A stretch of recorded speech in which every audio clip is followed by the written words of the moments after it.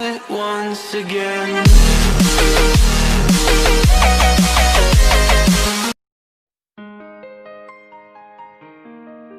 Wiener तारे आपने, हुआ जिन्हें था ज्ञान, नहीं बड़ाई आपकी, हे मेरे भगवान।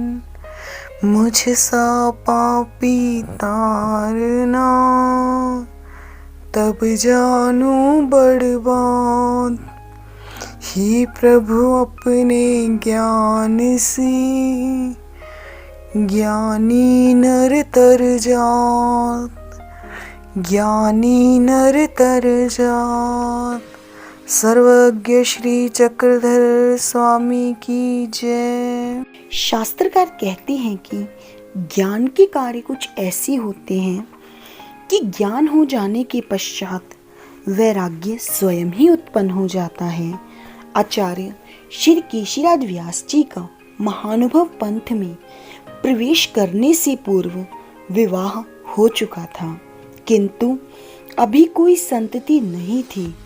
आचार्य श्री केशीराज व्यास जी के हृदय में इस संसार के जड़ चेतन पदार्थों से ममत्व समाप्त हो चुका था, अर्थात सभी पदार्थों से उनका मन विराम हो चुका था। घर में संपूर्ण वैभव तथा तरुणी एवं सुंदर स्त्री होते हुए भी इन्हें वहां पर मानसिक शांति प्राप्त नहीं हो रही थी, क्योंकि यह जड़ चेतन पदार्थ एक ज्ञानी को सुखी नहीं कर सकते हैं। इन पदार्थों से तो सुख केवल अज्ञानी व्यक्ति को प्राप्त होता है। इस प्रकार मानसिक शांति को प्राप्त करने के लिए श्री केशीराज व्यास जी ने अध्यात्म एवं संन्यास मार्ग का चयन किया। श्री केशीराज व्यास जी ने अपने सभी सुखों का त्याग करके महानुभव पंथ के प्रथम आचार्य श्री नागदेवाचार्य जी के सन्निधान में जाकर संन्यास धर्म का स्वीकार किया। आचार्य श्री केशीराज व्यास जी भली भांति जानते थे कि यदि मुझे मोक्ष प्राप्त करना है तो मुझे ईश्वरीय धर्म में जाकर संन्यास धर्म का स्वीकार करना होगा।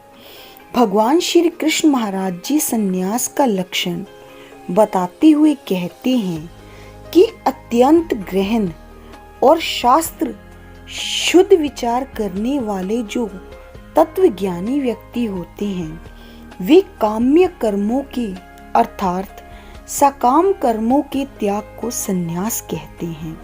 तात्पर्य है कि सभी प्रकार की कर्म फलों की इच्छा को त्यागना संन्यास कहलाता है।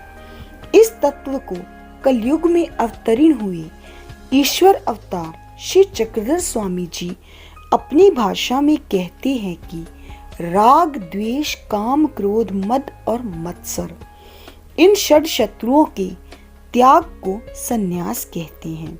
इस सिद्धांत को श्री केशीराज व्यास जी अच्छी तरह से समझ गए थे। इन्हीं सिद्धांतों को आचरण में लाते हुए उन्होंने महानुभव पंथ में आकर संन्यास धर्म का स्वीकार किया। आचार्य श्री केशीराज व्यास और दामोदर पंडित बहुत घनिष्ठ मित्र थे।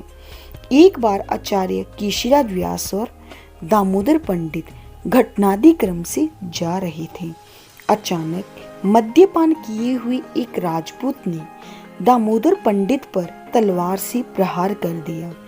दामोदर पंडित का उस राजपूत की तरफ किंचित भी ध्यान नहीं था, किंतु श्री केशीराज व्यास जी ने उस राजपूत को देख लिया।